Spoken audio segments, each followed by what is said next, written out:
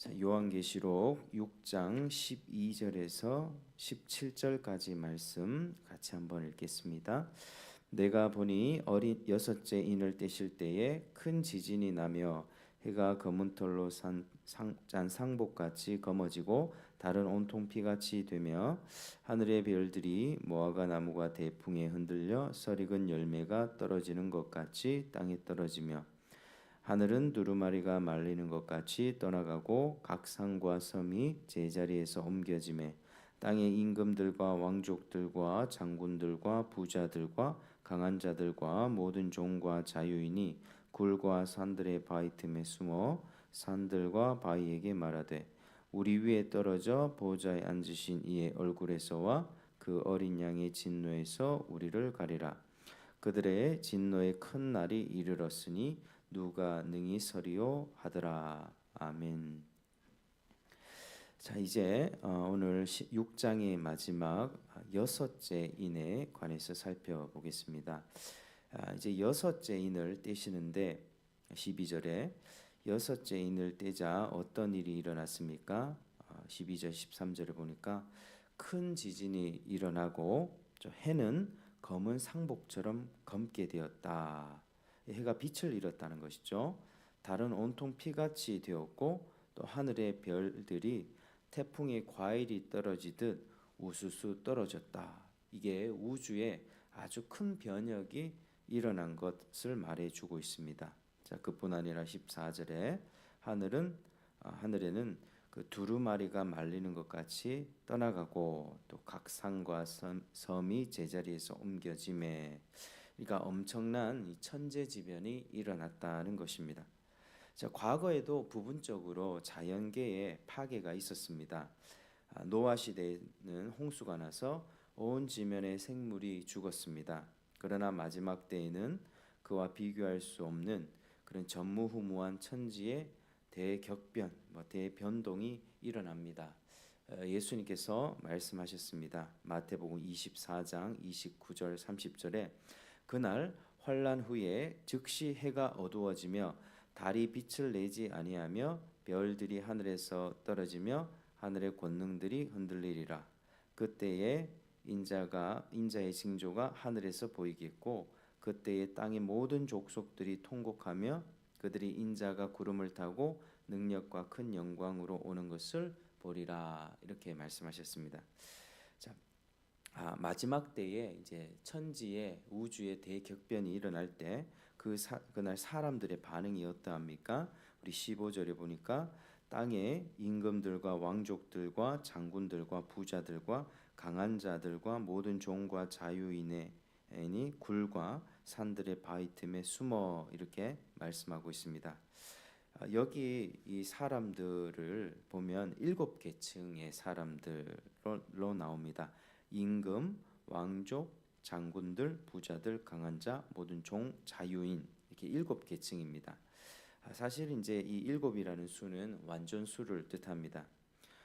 실제 세상에서는 수백 수천 계층의 사람이 있지만 이렇게 7개라는 계층을 적어둔 것은 모든 계층의 사람들이 다 심판받는 것을 그렇게 말해주는 것입니다.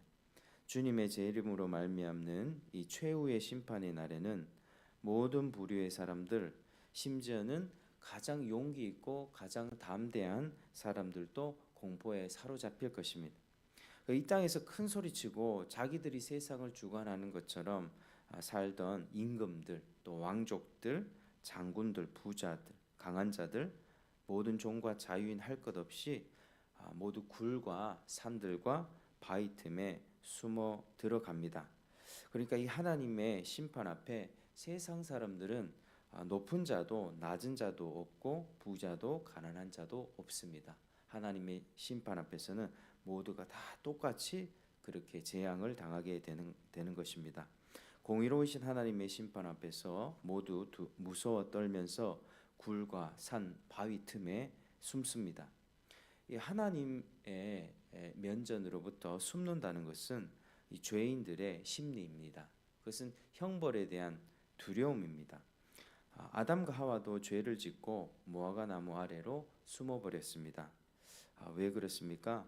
바로 진노의 큰 날이 이르렀기 때문입니다. 아무도 그 진노를 피할 수가 없기 때문에 그렇게 숨는 것입니다. 그들은 하나님의 심판의 고통을 알기 때문에 뭐라고 부르짖습니까?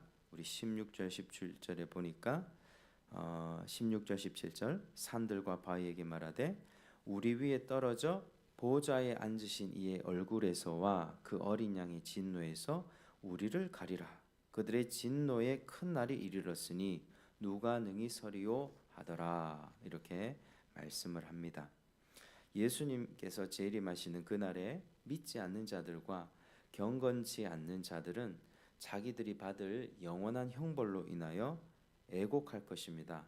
그리고 그 고통이 너무 커서 산들이 자기들을 덮어줄 것을 기대하는 것입니다.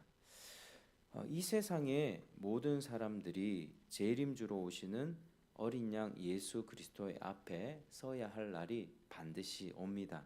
근데 그날은 더 이상 자비의 날이 아닙니다. 2000년 전에 예수님이 아기 예수로 오셨을 때는 자비와 긍휼, 용서, 사죄의 복음을 전하기 위해 오셨습니다. 그러나 그때는 자비의 날이 아니라 진노의 날입니다. 천년을 하루같이 참으시다가 폭발하는 진노의 날입니다. 그래서 21절에 어린 양의 진노라고 했습니다. 이 진노는 단순한 진노가 아닙니다.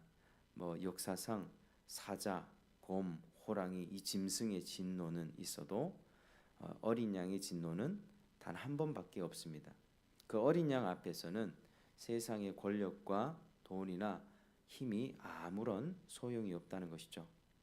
사실 죄인들이 두려워하는 것은, 그래서 요한일서의 말씀에서도 온전한 사랑이 두려움을 쫓아낸다 할 때 두려움은 심판에 대한 두려움을 뜻합니다.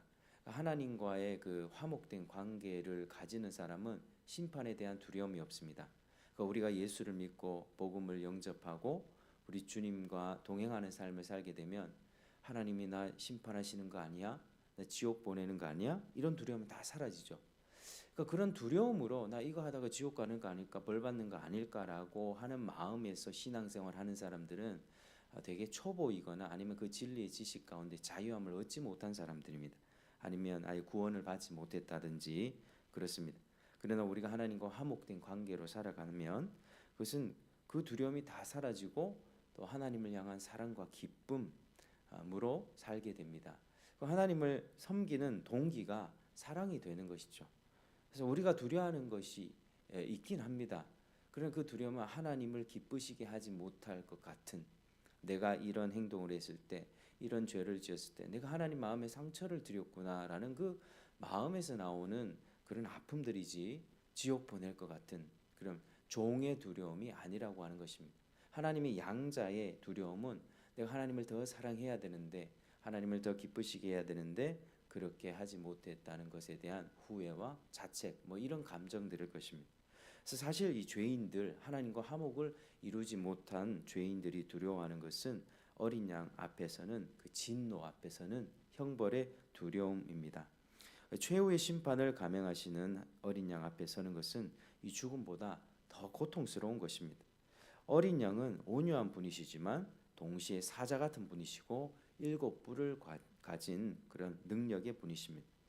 예수님은 자신이 십자가에 달려 피 흘려 죽으신 희생적 사랑을 거절하는 자에게는 마지막 날에 최고로 엄한 벌을 내리십니다.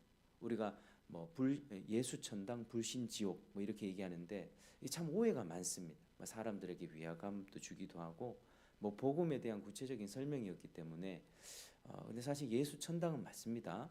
근데 불신지옥은 엄밀히 말하면 틀립니다.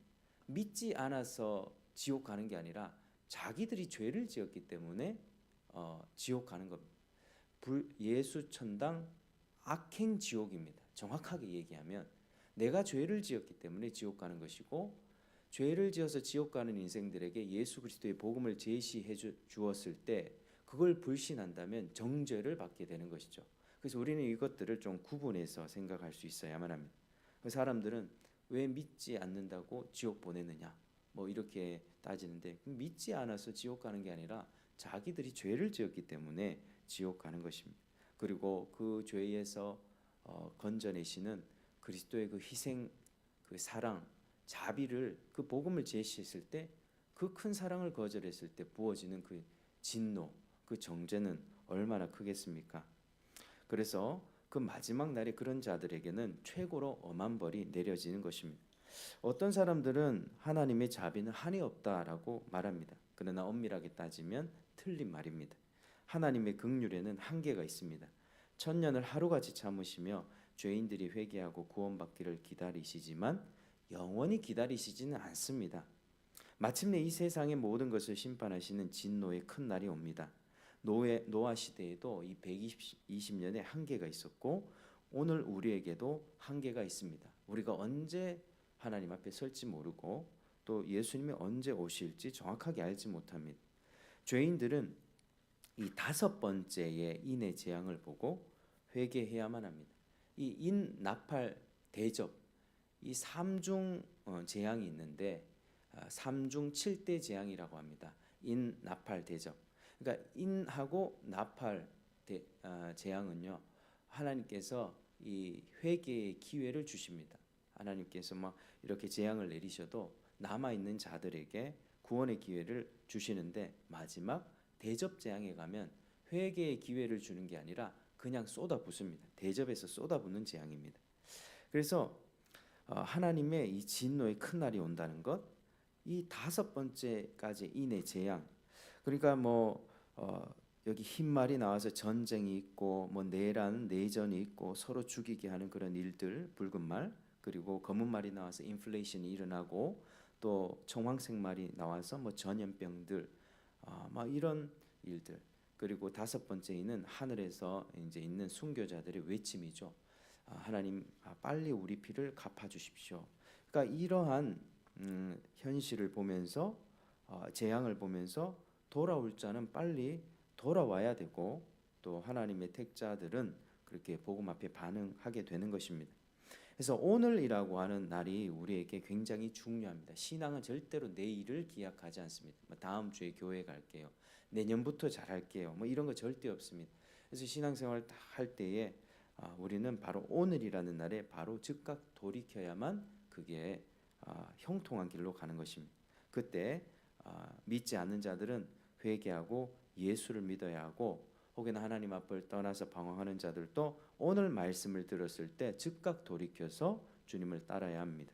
그렇지 않으면 준엄한 심판 또 하나님의 그런 징계를 피할 수가 없는 것이죠.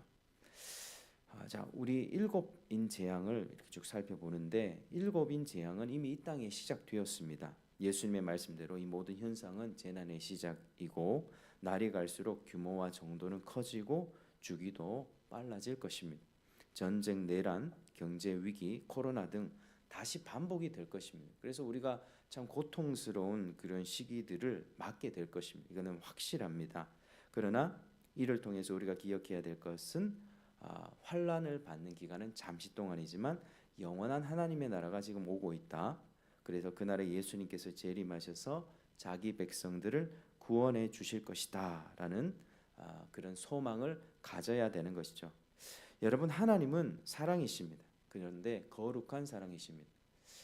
사람들은 하나님에 대해서 반발하죠. 하나님이 사랑이시면 왜 지옥 보내느냐? 자꾸 이렇게 따지는데 사랑하니까 지옥에 보내는 것입니다. 제가 누구를 사랑하는데 제가 제 가족 있는데 누군가 깡패나 도둑이 와서 제 가족을 갈취하고 제 가족을 막 괴롭힌다면 제가 가만히 있겠습니까? 가서 깡패를 신고한다든지 맞서 싸우든지 이렇게 하지 않겠습니까? 그게 가장된 저의 역할입니다. 저는 제 사랑하는 사람을 보호해야 될 의무가 있습니다. 그러니까 하나님은 자기 백성들을 사랑하시기에 자기 백성들을 괴롭히고 핍박한 그 자들에 대해서 가만히 두지 않습니다. 그냥 그들에 대해서 허허하면서 하나님은 선하시니까 그들을 가만히 봐주실 것 같습니까? 절대 그렇지 않습니다. 자기 백성 어린 양의 피로 사서 자기 백성을 삼으셨는데 그 하나님의 자녀들을 괴롭히고 때리고 핍박하고 순교시킨 그 세상의 악들에 대해서는 하나님이 기회를 주시겠지만 돌이키지 않는 자들에 대해서는 하나님이 아주 엄하게 심판하신다는 것입니다. 그래서 우리 하나님이 너무나도 감사한 것이죠. 그래서 하나님이 죄에 진노하신다는 분 우리가 반드시 기억하시고 10절에 주를 사랑하고 주를 따르다가 목숨을 잃은 순교자들이 주를 향해 악인들을 심판해 달라고 주의 형제들을 구원해 달라고 그렇게 간구하는데 주님께서는 즉각 심판하지 않고 순교자가 더 차야 된다. 이 피가 더 뿌려져야 된다 말씀합니다. 그러니까 하나님의 백성들은 더 고난을 받게 됩니다. 이 기간은 악인들의 입장에서는 죄를 쌓는 기간이고 의인들의 입장에서는 하나님 나라 들어가기까지 연단을 받고 정결해지는 기간입니다. 그러나 결국 주님께서 재림하셔서 모든 악과 사탄의 세력과 존재들을 패하시고 새하늘과 새 땅 완성하실 것입니다. 눈물과 고통, 아픔, 죽음, 저주가 없는 그 나라, 그 공동체를 완성하실 것입니다. 그래서 오늘 우리가 이 말씀을 기억하시면서 정말 이 땅에서 우리가 순교자적인 신앙으로 믿음의 순교를 지키며 살아야 하는 것입니다. 그래서 우리가 오늘 믿음으로 더 견고하게 서게 되고 이런 믿음으로 살아서 그날에 정말 기쁨으로 주님을 뵐 수 있는 그런 저와 여러분 되시기를 주의 이름으로 축복합니다. 기도하겠습니다. 하나님 아버지 감사드립니다. 오늘 이 아침에 깨워주셔서 또 주님의 그런 심판에 관한 어린 양의 진노에 관한 경고를 듣게 하시니 감사합니다. 하나님 그 어린 양 앞에서 우리가 믿음으로 살고 또 어린 양을 붙들고 하나님의 말씀을 끝까지 신실하게 따르며 살 수 있도록 도와주시고 어려움과 환난이 예상되고 닥친다 할지라도 이겨낼 수 있도록 잘 견디고 참아서 그날의 영광을 얻는 저희들 될 수 있도록 도와주시옵소서. 감사하며 예수님 이름으로 기도드립니다.